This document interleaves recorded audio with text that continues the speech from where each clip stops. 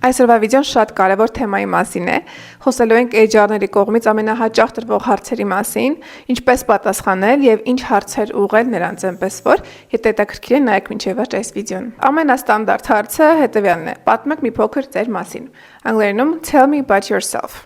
Այստեղ իրենք չեն ուզում մեզ ինձ լսել մեր ամբողջ կյանքը, այլ միայն մասնագիտության հետ կապված ինֆորմացիա, թե ինչպես ենք մենք համապատասխանում այն հասցեին, որի համար դիմել ենք եւ հրավիրվել ենք հարցազրույցի։ Շատ տարածված մի ֆորմուլա կա, սկսվում է present, past, future, սկսվում է այսինքն ներկայով, գնում է անցյալ եւ ապագա։ Օրինակի վրա եք պատկերացնենք հետեւյալ կերպով։ Օրինակ ես տվյալների վերլուծաբան եմ եւ պատմում, որ այժմ ես աշխատում եմ այսինչ կազմակերպությունում եւ իմ հիմնական աշխատանքը ներառում է ABGDE կետերը։ Նախկինում աշխատել եմ, նշում եմ արդեն ինչ ինֆորմացիա ունեմ, կամ եթե չեմ աշխատել, նախկինում ինչ պրոյեկտներ եմ արել, որտեղից եմ գալիս, միգուցե իմ կրթական բեքգրաունդը, միգուցե ինչ-որ ծրագրերի եմ մասնակցել եւ արդեն փոխում ենք տոնը դեպի ապագա, future, թե ինչու եմ դիմել այս աշխատանքին, ինչ եմ ուզում անել հետագայում եւ ինչ սպասելիքներ ունեմ, ինչ կարող եմ տալ այս կազմակերպությանը։ Ընդհանրապես այդքանը սկսում ենք ներկայից, գնում ենք անցյալ, գնում ենք դեպի ապագա։ Հնարավորինս հակիրճ ենք ներկայացնում, բայց ամենակարևոր առանցքային կետերը ներկայացնելով, որ միանգամից HR-ի հիշողության մեջ տպվի, թե ինչու ենք մենք ավելի հարմար տեխնացու այս սաստիկի համար։ Շատ հաճախ հարցնում են, թե ինչու եք ցանկանում փոխել ձեր աշխատանքը։ Ինձ բազմիցս այս հարցը տվել են ու ցանկալի չի ասել, որովհետև ներկա աշխատավայրը ինձ այլևս չի մոտիվացնում կամ չգիտեմ, լճացել եմ։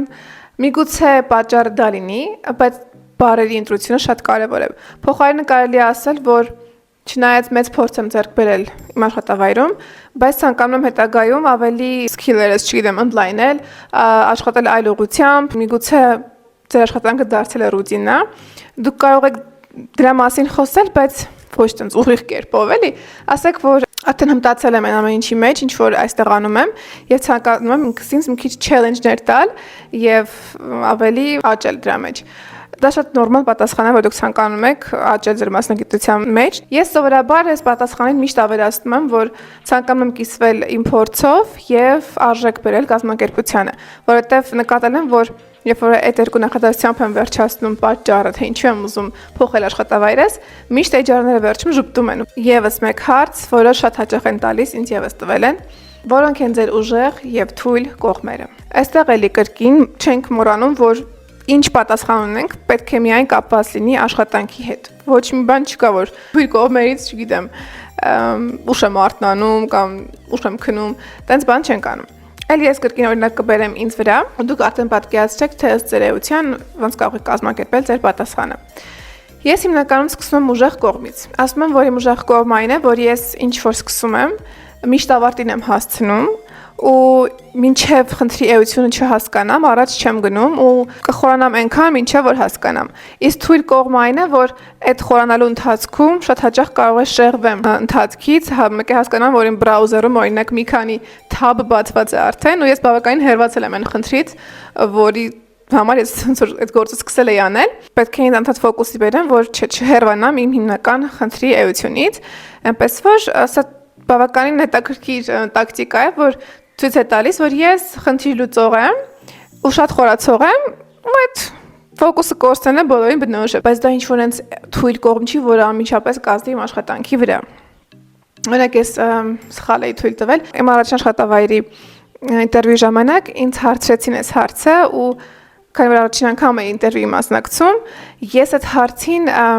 այդքան էլ չէի պատրաստվել։ Ասացի հատկապես թույլ կողմը, ես մինչև հիմա հիշում եմ, ասում դա թույլ գոնես ընդունվեցի, բայց տենց բան չանեք։ Ես ասացի, որ միգուցե ես ինչ-որ պահի խառնվեմ իրար, խոճապի մատնվեմ, բայց միևնույնն է, խնդիրը ես կլուծեմ, որովհետև ես ինքս էությամբ խնդիր լուծող եմ։ Բայց օրինակ այդ խոճապի մատնվելը ստից պետք չէ նշել, որովհետև հաճախ երբ որ ստարտափում ես աշխատում, ամեն ինչ օրեցօր փոխվում է ու դու պետք է լինես բեսի մարդ, ով կարող է ճնշման տակ աշխատել, իսկ եթե դու մի քիչ պանիկյոր ես, դա արդեն միգուցե բանի ինտերվյուերին։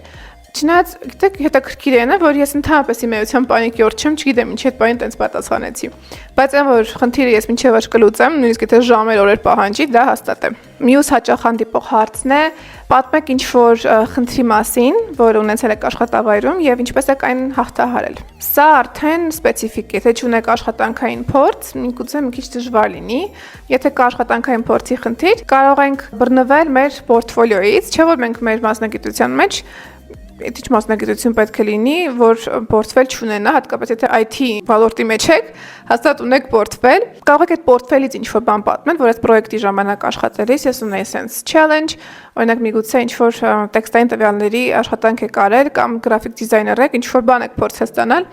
սկզբում չի ստացվել, հետո դիմել եք այս ինչ մեթոդոլոգիային ստացվել է, այսինքն հենվեք պորտֆելի վրա, երբ որ չունեք աշխատանքային փորձ։ Իսկ երբ որ ունեք աշխատանքային փորձ, ամեն ինչ ավելի հեշտ է դառնում։ Ցանկալի է, որ այդ խնդիրը, որի մասին դուք կբարձրաձայնեք, չլինի շատ այնց կատեգորիկ ծայրահեղված խնդիր, որտեղ դա էլի միգուցե վանի ինտերվյուերին, բայց պետք է նաև լինի իրական կյանքին մոտ, օրինակ էլի իմ փորձի հիմա վրա ասեմ, որ մարքեթինգային արշավի ժամանակ պետք է ինչ-որ տվյալներ տայի ես մեր մարքեթինգի թիմին, հաճախորդների հեռախոսահամարներ եւ մարքեթինգի հետ կապված ինչ-որ արշավ կար, թե որ մարդուն ինչ տիպի արշավային նամակ է պետք ուղարկել, ըստ իրենց պոտենցիալ մեր հաճախորդ դառնալուն եւ այլն։ Ու ես այնտեղ մի քանի բան խառնել էի, որ հաճախորդների ուրիշ խմբի մեջ էի դրել, հետո երբ որ արդեն պետք է ուղարկեի վերջնական, եւս մեկ անգամ որոշեցի ստուգել ու տեսա, որ ամենը պետք է ուղարկեին, որտեղ նամակին կցել է, ասի բայց վերջին անգամ նույնից ստուգեմ։ Ու տեսա այդ սխալը ու ուղղեցի։ Շատ լավ է, որ դա չէր գնացել production ու այդ մարդկանց սխալ նամակ չէին ուղարկել։ Աշխատավարձի մասին։ Շատ հաճախ հարցնում են ձեր ակնկալվող աշխատավարձի չափը նշեք։ Այստեղ չենք համեստություն անում, չենք սկսում կմկմալ։ Ցանկալի է, որ նախապես իմանանք, թե շուկայում այդ հաստիքի համար ինչ գներ են տիրում, օրինակ հայաստանյան շուկայում միգուցե այլ է, եթե եվրոպական երկրի կազմակերպությունն է, այնտեղ լրիվ այլ աշխատավարձի չափեր են, այնպես որ մեր research-ը նախապես անում ենք ու ըստ դրա արդեն ասում ենք։ Ու օրինակ ասում են, որ ցանկալի չէ ինչ-որ դիապազոն նշել, range, օրինակ ես նախատեսում եմ ամսական $1000-2000 կամ $1000-1500, ցանկալի է, որ ինչ-որ մի թիվ նշեք, ես չգիտեմ դա ինչքանով է ինչ-որ դեր խաղում։ Համենայն դեպս ես ինձ այդ հարցը երբ որ տալիս են, ես միշտ մեկ թիվ եմ նշում ու առաջ ասում եմ, որ բայց պատրաստ եմ, ինչ են ասում, negotiate անել, պատրաստ եմ քննարկել, եթե ինչ-որ բան փոխվի, բայց այլևս դա չեմ ասում, որովհետև եթե ես վստահ եմ իմ ուժերի վրա, ես ինձ այդքան եմ գնահատում, ես ասում եմ այդքանը ու վերջ։ Իհարկե, աստղաբաշխական ինչ-որ թվեր չէ, այլ հարմարեցնելով այդ շուկային, կա նաև salaries.am կայք, salary.am կամ salaries.am, այնտեղ կարող եք փնտրել այդ կազմակերպության անունը, եթե հայկական է, ու տեսնեք, այնտեղ գրանցված հիմնականում լինում են թե այդ կազմակերպության մեջ, որ հաստիկին ինչ աշխատավարձ է հասնում, դա նույնպես եւս օգնում է, որ պատկերացում ունենեք, թե այնտեղ ինչ է, ինչ տիպի աշխատավարձներ են, ու դրա արդեն կազմեք ձեր աշխատավարձը, որովհետեւ ցանկալի է, որ գործատուն հայտարարության մեջ նշի ինչ աշխատավարձ է ակնկալում, բայց դա տենց 1000-ից 1 է լինում։ Այնպես որ այս հարցին պատասխանում եք ինքնավստահ, նախապես պատրաստված թվով ու ամեն դեպքում հաշվում եք նաև տարեկան աշխատավարձ, որովհետև հաճախ դրսի կազմակերպությունները հարցնում են ոչ միայն ամսական, այլ նաև annual salary, այսինքն տարեկան աշխատավարձի չափ։ Այդ երկու թիվն էլ ձեր մտքում պահեք։ Իմ ամենասիրելի պահն է, երբ որ ինտերվյուերը հարցնում է դուք ունեք արդյոք հարցեր մեզ համար։ Do you have any questions for us? Հաճախ լինում է, որ այդ հարցը տալիս են ինտերվյուի սկզբում, լինում է նաև որ վերջում, հիմնականում ինձ պատահել է, որ վերջում են հարցը, չնայած մի քանի տեղ եղել է, որ սկզբում է եղել։ Սա եւս նախապես մենք գրած ունենում ենք մեր մոտ, կապ չունի հարցազրույցը on-line է թե off-line, նորմալ է, որ դու այդ հարցերը քո պատրաստած գրի ես առած ունենում մի տեղ ու օգտվում ես այդ շպարգալկայից, այսպես ասած, ասես հայ իհարկե ունեմ։ Ինձ հետաքրքրում է ու արդեն սկսում ես քո հարցերը տալ ըստ այդ կազմակերպության քո արած research-ի։ Օրինակ ես տեսել եմ, որ այդ կազմակերպությունը այս պահին LinkedIn-ում ունի բազմաթիվ job հայտարարություններ տարբեր երկրների թիրախավորելով։ Ու բոլորը remote են։ Ես գիտեմ, որ այս կազմակերպությունը ունի remote աշխատավոճ, մշակույթ ու բավականին տարբեր մայրցամաքներից, որոնք կան տարբեր ժամային գոտիներ, ես շատ տրամաբանական հարց եմ այստեղ բարձրացնում։ Դուք այս պահին բավականին ակտիվ hiring process-ի մեջ եք, Ինձ հետաքրքիր է ինչպես են համագործակցում թիմերը իրար մեջ ժամային գոտիով կամ արդյոք մի ռեգիոնի կամ մի ժամային գոտու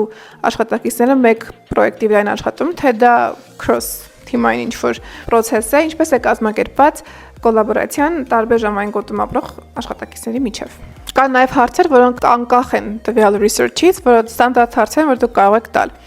Օրինակ, այս բայդրությամբ կա արդյոք մի խնդիր պրիորիտետ առաջիկա 6 ամիսների ընթացքում կամ 1 տարվա ընթացքում, որի վրա ես ի սկզբանե աշխատելու եմ եւ որն է դա, այսինքն որն է ձեր ամենամեծ խնդիրը, որ այս բանը լուծում է պահանջում։ Այսպես դուք պատկերացում եք կազմում, թե ինչ է սպասվում ձեզնից։ Եթե կրկին IT ոլորտի հետ կապված հարցազրույց է, կա տեխնոլոգիական stack ասվածը, որը ընդհանրում է ծրագրավորման լեզու, ինչ տվյալների բազա է օգտագործում, այսինքն SQL Server,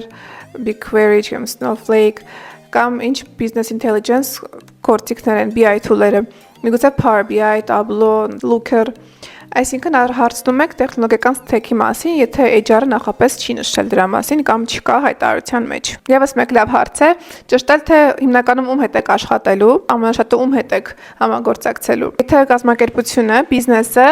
աշխատում է ոչ թե հենց հաճախորդների հետ, այլ բիզնեսների հետ, կարող եք հարցնել, արդյոք ես անմիջական կապ եմ ունենալու հաճախորդների հետ, մեր բիզնես պարտներների հետ, շփվելու եմ նրանց հետ, եւ եթե այո, ինչ հաճախականությամբ։ Երբ որ համացանցում search ես անում HR-ների կողմից հաճախ տրվող հարցերը,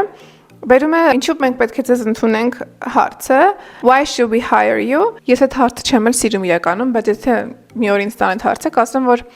կնշեմ իմ ուժեղ կողմերը ու կասեմ, որ իմ skills-երը ու փորձը համապատասխանում են աշխատանքի հայտարարության մեջ նշված պահանջներին ու ես վստահ եմ, որ կարող եմ այս աշխատանքը կատարել։ Չգիտեմ, ինչ կարելի ասել, իրոք իսկապես հարցը չեմ հասկանում, եթե կան HR-ներ, խնդրում եմ գրեք։ Ես գիտեմ, որ ինչ-որ կապ ունի սա ինքդ քեզ մատուցելու հետ, բայց մի քիչ ավելի շատ ձևական է ինձ համար այս հարցը։ Գրեք, ձեզ տվել են այս հարցը ու ինչպես եք պատասխանել, ինձ հետաքրքիր է իսկապես։ Թերևս այսքանը ամենակարևոր հարցերը ծածկեցինք, գրեք մեկնաբանություններում օգտակար է ձեզ թե չէ այս ինֆորմացիան, արդյոք այս հարցերը ձեզ հանդիպել են թե ոչ, եւ եթե հավանեցիք վիդեոն, սեղմեք լայք, հետեւեք իմ ալիքին, եթե չեք հետևում, իսկ մենք հանդիպենք հաջորդ շաբաթ։